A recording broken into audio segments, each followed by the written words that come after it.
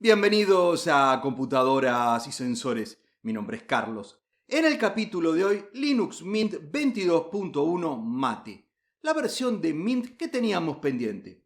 La probamos en un PC del año 2012, el mismo que utilizamos con XFCE, de modo de hacer una comparación justa.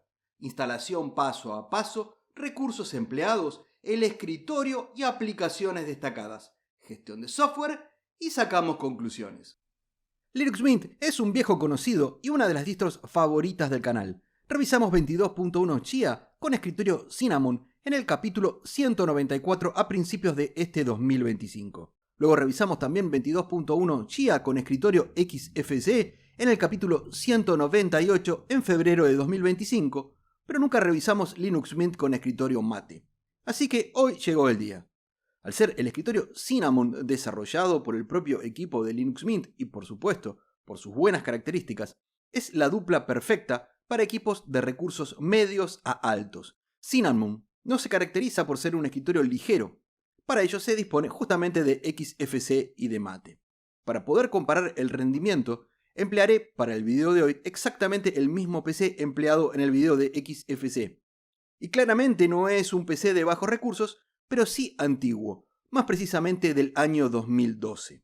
Entonces, el hardware que utilizaremos consta de un CPU Intel i5 3470 de 4 núcleos y 3.60 GHz de velocidad, 8 GB de memoria RAM y una tarjeta de video AMD Radeon 6450 de 1 GB de memoria. El almacenamiento es una unidad de estado sólido SATA Kingston de 256 GB. Y para no consumir recursos del CPU y ver el proceso completo de instalación, el video lo capturo en otra PC mediante una capturadora Elgato Camlink. Como esta vieja máquina no posee Wi-Fi, utilizaré este adaptador USB con el chip MT7601U que desde el kernel 4.2 está soportado en Linux y no necesita ningún driver. La velocidad es de 150 megabits por segundo y toda la instalación y posterior uso será por Wi-Fi. Estando en el sitio web de Linux Mint y dando clic en Download, accedemos al área de descargas donde encontramos arriba su buque insignia, Cinnamon, al que denominan elegante, moderno e innovador. Más abajo, XFCE, al que describen como ligero, simple y eficiente. Y más abajo, ¿quién nos convoca hoy? Mate, clásico y tradicional. Con clic en Download, nos dirige a la sección de descargas para el escritorio Mate y desplazándonos hacia abajo muestra todos los mirrors o servidores desde donde podemos descargar la imagen ISO. Si bien no siempre el servidor local es el más veloz, en la mayoría de los casos sí lo es. Y Mint dispone de mirrors en buena parte del mundo. No están listados por orden alfabético y en mi caso me desplazo hasta Argentina y clic aquí.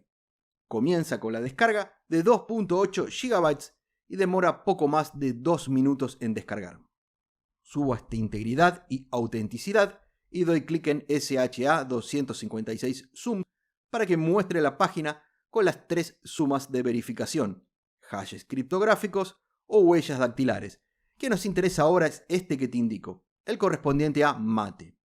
El siguiente paso, una vez finalizada la descarga, abrimos una terminal y nos dirigimos a la ubicación de la imagen ISO recién descargada. En mi caso, el directorio descargas.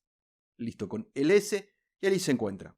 Para verificarla ingresamos SHA 256 Zoom, las primeras letras del archivo L y N y pulsando la tecla tabulador se autocompleta.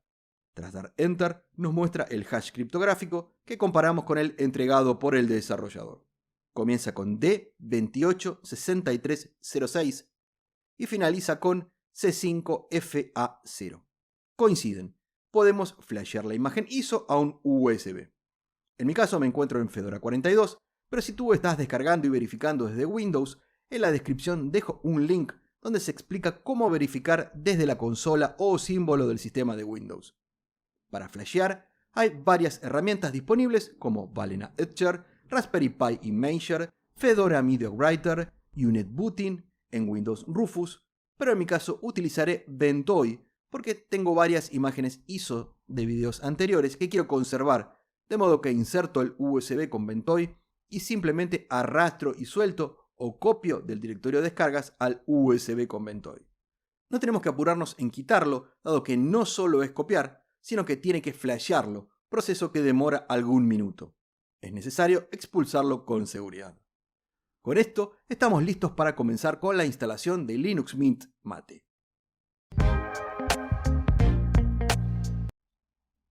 Inicio la PC con el USB insertado, asegurándome desde el BIOS que bootee con el USB en primer orden, y se abre Ventoy, donde selecciono Linux Mint 22.1 Mate, Boot in Normal Mode, y luego la primera opción, Start Linux Mint.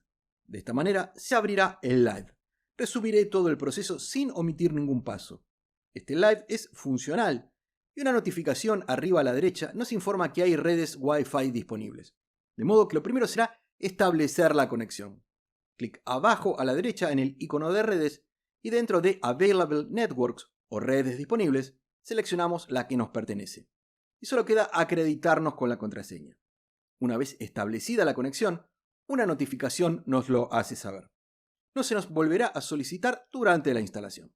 Si bien el live es funcional, a nosotros nos interesa instalar en disco, de modo que clic arriba a la izquierda en el icono de Install Linux Mint. Se abre el instalador, dando la bienvenida, y lo primero será seleccionar el idioma, español, e inmediatamente el instalador pasa al idioma seleccionado. Clic en continuar y tenemos que seleccionar la disposición del teclado, Spanish Latin American para mí. Clic en continuar y marcamos instalar los códecs multimedia. Estos son códecs que no son software libre, pero importantes, hay que seleccionarlos. En tipo de instalación, en mi caso, solo hay una unidad de estado sólido en blanco. No hay otros discos ni otro sistema operativo para hacer dual boot, con lo cual dejo la opción predeterminada, borrar disco e instalar Linux Mint. Clic en continuar y en la nueva página en Seleccione la unidad se muestra la mencionada unidad de estado sólido Kingston de 256 GB. La otra unidad es el USB de 32 GB. Clic en instalar ahora y confirmamos con continuar. La ubicación geográfica la detecta automáticamente y de no ser así, la seleccionamos. Continuar y es momento de ingresar el nombre de usuario, el de equipo y la contraseña 2 veces. En mi caso, dejo solicitar mi contraseña para iniciar sesión. Si tú prefieres el autologin o no quieres ingresar la contraseña con cada inicio de sesión, marcas iniciar automáticamente. Clic en continuar y comienza con la instalación que demora varios minutos, no requiere de nuestra intervención para nada y aquí resumo a unos pocos segundos. Al finalizar, nos informa que la instalación ha terminado y tenemos que reiniciar el equipo. Clic en reiniciar ahora y si no quitas la memoria USB, solicita retirarla y presionar la tecla Enter. Una vez hecho esto, el equipo reinicia.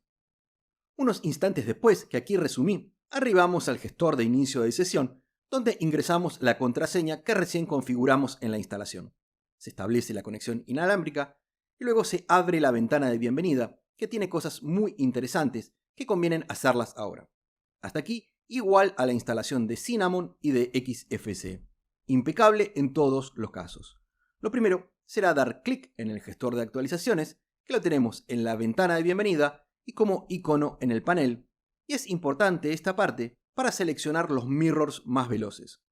Clic en aceptar y luego en sí, donde indica quiere cambiar a un servidor local. Se nos pedirá la contraseña y de esta manera irá probando con cada uno de los servidores. Primero, principales de esta versión, Gia. Normalmente no es necesario esperar a que pruebe con todos. Una vez que verifica los más cercanos, seguramente allí tengamos los más veloces. En mi caso, el servidor de Argentina es el más veloz. Lo selecciono y clic en aplicar. Repetimos el proceso con los servidores base Ubuntu, ya que hay mayor cantidad de servidores y también localmente. Espero unos instantes que compruebe con los primeros y aquí lo resumo. Luego selecciono el más veloz y doy en aplicar. Luego en la indicación verde de haga clic aquí para actualizar la caché de apt. Y con esto finalizamos esta parte de selección de los servidores más veloces. Esto es interesante hacerlo al principio para que cuando actualicemos el sistema en breve lo descargue mucho más rápido. Cierro esta ventana y ahora actualizo el propio gestor de actualizaciones dando clic en aplicar la actualización. Ingresamos la contraseña y rápidamente se descarga e instala. Luego nos muestra todas las actualizaciones disponibles. Son en total 117, una descarga de 938 MB. Si la pregunta es ¿por qué hay que actualizar tanto en un sistema recién descargado? La respuesta es porque el desarrollador no creó y subió una imagen ISO en bastante tiempo, y todas las actualizaciones en los paquetes que se fueron generando hay que aplicarlas ahora. Mantener las imágenes ISO actualizadas es un trabajo importante, pero que denota preocupación y cuidado por el usuario. En algunos países, cada gigabyte que se descarga cuenta, para otros es una anécdota, solo unos segundos. Se descarga e instala dando en instalar las actualizaciones. Esto es el equivalente a cuando en una terminal ingresamos sudo apt upgrade, el método que habitualmente empleo.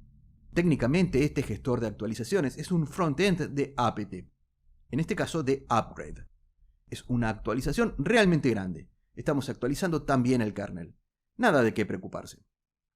Al finalizar, un check o tick nos indica que el sistema está actualizado y que es necesario reiniciar el equipo. Dentro de la página de bienvenida no está de más verificar con el gestor de controladores por si hay alguna necesidad.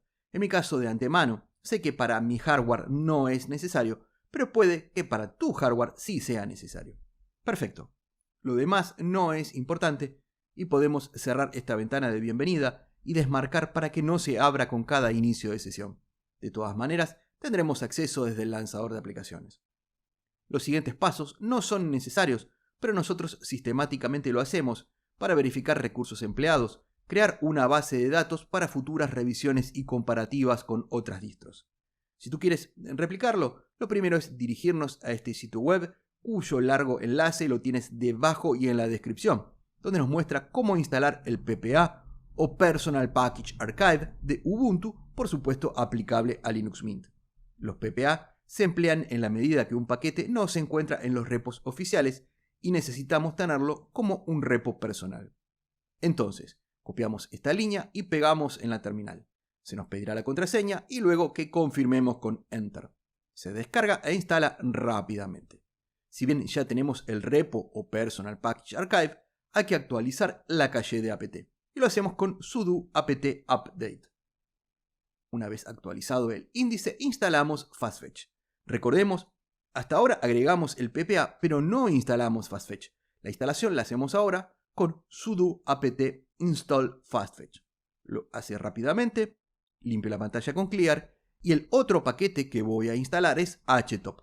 De modo que sudo apt install htop, otro paquete pequeño que se instala rápidamente. Y ahora sí, voy a reiniciar el equipo y con el próximo inicio de sesión tendremos el sistema totalmente actualizado y listo para comprobar recursos empleados y compararlo con Mint XFCE. Una vez que el equipo reinicia y acreditado en el gestor de inicio de sesión, abro una terminal y ejecuto el ya discontinuado, pero que viene instalado en Mint, NeoFetch, la aplicación clásica para obtener información básica del sistema. Como sabemos, nos encontramos frente a Linux Mint 22.1 para 64 bits, con el kernel que compila Ubuntu en la versión 6.8.0-60. La cantidad de paquetes 1926, todos ellos DPKG. El escritorio Mate 1.26, una versión bastante antigua. Mate 1.28, la versión actual del escritorio, fue lanzado en febrero de 2024, hace casi un año y medio. Incluso cuando probamos GhostBSD hace unas semanas, incorporaba Mate 1.28. Sobre CPU y GPU ya hablamos, y el dato que más nos interesa, el empleo de memoria RAM, 581 MB de los 8 GB disponibles. Teniendo lado a lado ambos NeoFetch, de cuando revisamos Mint XFCE con el de hoy, Linux Mint con Mate, vemos que son prácticamente idénticos. Solo la diferencia con la compilación del kernel, que por el paso del tiempo es más actual, los paquetes solo 10 más en Mate, y en cuanto a la memoria RAM, Mate muestra 63 MB menos de empleo de memoria, una diferencia poco significativa. Limpio la pantalla con clear y ejecuto fastfetch. Aquí, como es habitual, el empleo de memoria que muestra es mayor a NeoFetch, siendo de 873 MB, y en disco ocupa 11 GB. Ahora, lado a lado, ambos fastfetch muestra a la inversa que con NeoFetch. Según estas dos capturas de FastFetch, XFCE emplea 9 MB menos que Mate. De todos modos, sea como fuere, la diferencia es mínima, prácticamente están iguales. Limpio la pantalla con Clear y ejecuto HTOP. Una vez estabilizado el empleo de memoria RAM, es alrededor de 628 MB, un valor similar al que mostraba NeoFetch, mientras que los 4 subprocesos del CPU se mantienen en un mínimo. Salgo de HTOP presionando la tecla Q y ahora voy a ejecutar el comando inchi o inexai -S mayúscula X, donde nos brinda más información sobre el escritorio y su base, donde lo que me interesa mostrar, y que en realidad sabemos, es que Linux Mint 22.1 Chia, con cualquiera de sus escritorios, se basa en Ubuntu 24.04 LTS Noble Numbat. Y aquí, como siempre, me viene a la cabeza el viejo chiste de Ubuntu verde. Pasando a dar una mirada rápida al escritorio Mate, en todas sus versiones Linux Mint intenta mostrar consistencia con un mismo fondo y un panel inferior, donde abajo a la derecha se encuentra la fecha y hora. Con clic el calendario. A su lado el volumen de los altavoces. Las conexiones de red, en este caso inalámbrica, que la establecimos desde el comienzo en el live. Y luego el gestor de actualizaciones que muestra que hay disponibles. Son 2 y referidas al servidor gráfico Xorg. Recordemos que Mate por el momento no dispone de soporte completo para Wayland. Del lado izquierdo del panel, aplicaciones fijadas como el buen gestor de archivos de Mate de nombre Caja, que permite una excelente navegación entre archivos, directorios e incluso en la red local. Muestra las miniaturas de manera correcta, sin tantas opciones como Dolphin o archivos de GNOME, pero un muy buen file manager como puede ser Thunar o PCman FM. Luego se encuentra la terminal de Mate, por la que ya estuvimos, y el lanzador de aplicaciones que tiene también una distribución clásica y muy bien organizada, con lugares donde encontramos rápidamente lo más importante del gestor de archivos. Sistema para todo lo referido a la gestión del propio sistema, que siempre en todos los Linux Mint es muy completo, y las aplicaciones, a las que se pueden acceder desde todas las aplicaciones o agrupadas por categorías y en orden alfabético. Esta parte se puede cambiar por aplicaciones favoritas. En la parte inferior, el buscador. Aplicaciones hay muchas, vimos que son 1926 paquetes, y solo por nombrar algunas destacadas, encontramos en Internet al cliente de correo Thunderbird, el navegador web Firefox, el cliente de torrent Transmission, en oficina la excelente suite de ofimática LibreOffice, en sonido y video el reproductor multimedia Celluloid, Hypnotix, el reproductor IPTV desarrollado por Linux Mint y el reproductor y organizador de audio Rhythmbox.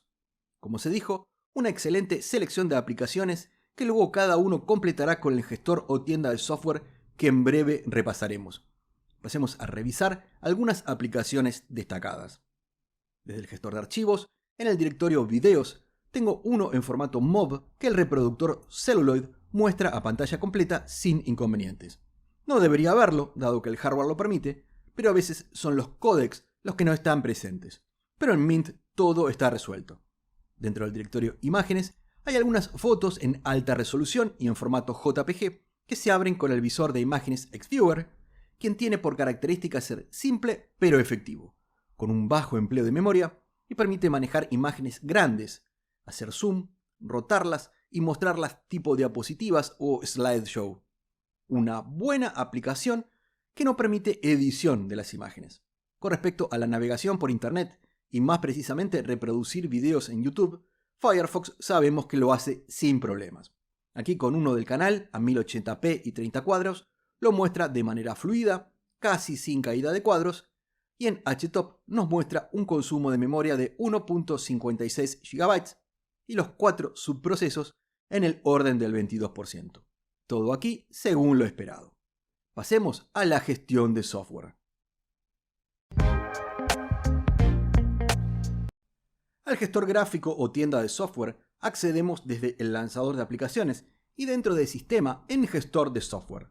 De aspecto moderno como en todos los otros Linux Mint y similar a GNOME Software, con clic en la hamburguesa o menú opciones y en acerca de comprobamos que el nombre es Mint Install y la versión 8.3.7.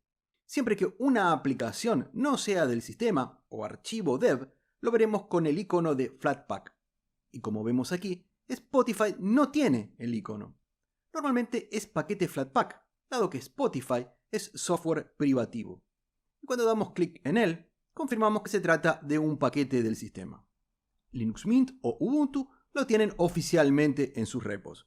Si ahora buscamos software libre, como Audacity, rápidamente lo encuentra. Con clic en él, comprobamos que se trata de un paquete del sistema, una descarga de 14 MB, ocupando 59 MB en disco.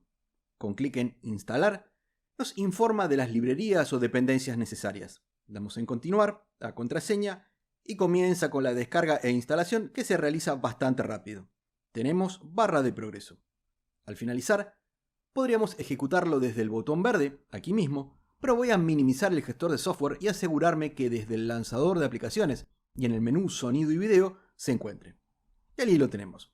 Lo ejecuto y el software para edición de audio se abre correctamente.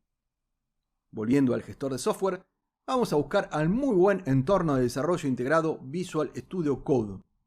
Y curiosamente no lo encuentra. Pero ¿cómo es posible si sabemos que está disponible en Flatpak, a pesar de ser software privativo de Microsoft? La respuesta la tenemos con clic en la hamburguesa o menú Opciones y Preferencias. Encontramos que mostrar Flatpaks no verificados se encuentra desactivado. Y justamente Visual Studio Code no es un Flatpak verificado.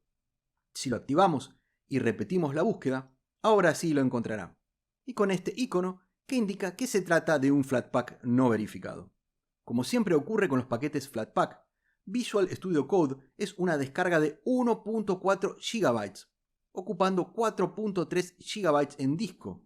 Siempre la primera descarga en Flatpak es más pesada que las subsiguientes, dado que tiene que descargar Free Desktop y el runtime por única vez. De todos modos, siempre un paquete Flatpak es más pesado que uno dev, dado que al estar aislado en un contenedor, necesita de ciertas dependencias que un dev no requiere. Si buscamos Spotify, lo encontramos como paquete del sistema y también como paquete Flatpak sin verificar. Buscamos ahora el muy buen editor de video Kdenlive y lo encontramos tanto como paquete del sistema como en Flatpak. Accedemos primero al paquete del sistema y se trata de la versión 23.08.5 que data de fines de 2023, siendo una descarga de 228 MB y ocupando 682 MB en disco. En cambio, el paquete Flatpak es la versión 25.04.2, lanzado una semana antes de la realización de este video. Casi siempre, los paquetes Flatpak son mucho más modernos que los del sistema. Eso sí, una descarga de 1.2 GB y 3.9 GB en disco. Sobre la decisión de instalar paquetes dev o Flatpak depende de la necesidad de cada uno de contar o no con la última versión del software, el hardware que utilicemos, el espacio en disco disponible y fundamentalmente si ese paquete que buscamos solo se encuentra disponible en Flatpak. En algunos casos es compilar o utilizar Flatpak y en otros se encuentra disponible en Flatpak o en Snap solamente. Y a instancias de repetirme, Flatpak y Snap son el mismo perro con distinto collar. Y no es verdad que Snap es totalmente privativo y Flatpak totalmente libre. Ambos tienen de las dos cosas. Claramente, si puedo elegir, siempre será paquetería del sistema. A modo de conclusión, Linux Mint con escritorio Mate es una distro que me gusta, pero no podría ponerla por encima ni por debajo de XFCE. Un empleo de memoria muy similar, con diferencias que no alcanzan para desnivelar hacia un lado o hacia el otro. El gestor de archivos, Caja o Thunar, ambos son buenos. En multimedia, ambos emplean exactamente las mismas aplicaciones, Celluloid, Hypnotix y Rhythmbox. Uno de los puntos fuertes de Linux Mint es su gestor de software, Mint Install, que está presente en esta versión de Mate al igual que el resto. Lo que puede faltarle a Mate es lo mismo que le falta a XFCE con respecto a Cinnamon, como pueden ser los Spices, un configurador gráfico para los perfiles de energía, que Cinnamon sí lo tiene, y tanto en Mate como en XFCE se realizan por terminal. habiendo revisado las 3 versiones de Linux Mint, elegiría Cinnamon con hardware de más de 4 GB de RAM, en lo posible 8 GB, y unidad de estado sólido. Con 4 GB o menos, XFCE o Mate. Si eres muy clásico, Mate es un NOM 2 con todas las garantías de seguridad actuales. Y a no confundir, NOM 2 evolucionó a 3 en 2011, pero este Mate es totalmente actual. Y con esto llegamos al final del capítulo de hoy. Espero que haya sido de tu agrado. De ser así, danos tu like, suscríbete, compartilo. De mi parte, muchísimas gracias por ver el video y será... ¡hasta la próxima!